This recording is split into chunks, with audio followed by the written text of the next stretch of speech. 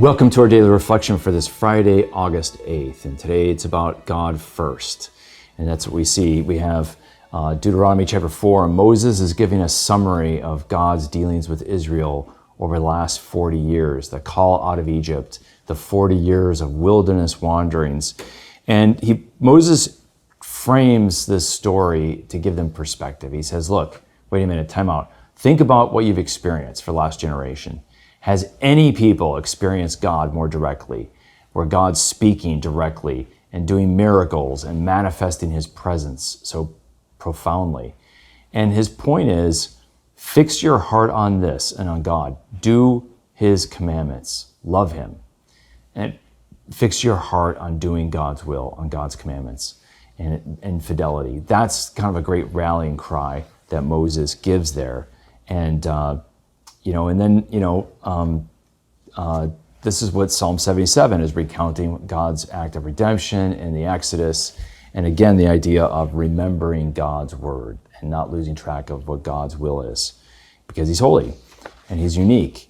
And then we get the gospel, and Jesus gives us a powerful, succinct summary of how to be a disciple, how to put God first, as Moses asks Israel to do.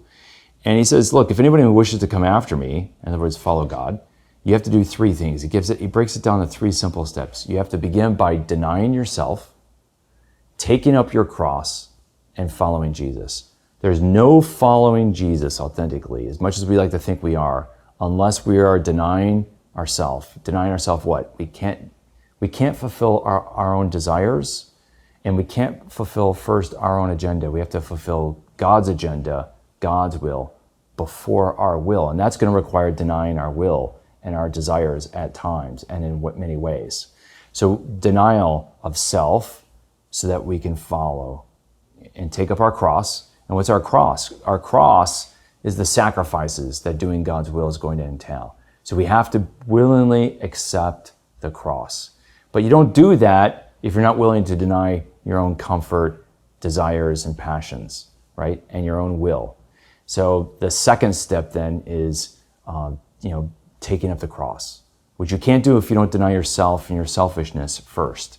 And then by taking up the cross, now you're free to follow where God leads, because you've denied your own self, your own will, your own selfishness. You've taken up the yoke of discipleship and whatever Jesus is asking, and now you're free. And so here's the paradox. True freedom comes from denying self and sacrificing one's own will. That is contrary to everything the world will tell you and everything the world thinks. But they say, follow your own instincts, do what you want, be you, do you, right? And all the other things, you're number one. And all those ways are ways in which you find enslavement to your passions, and you have the eclipse of freedom. And so the irony is, true authentic freedom is found in denying self. Slavery and bondage is found in fulfilling your desires unabashedly.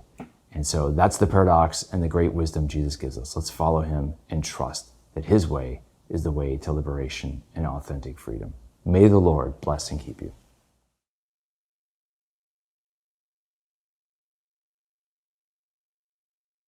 This daily reflection is brought to you thanks to the generous support of the Mission Circle.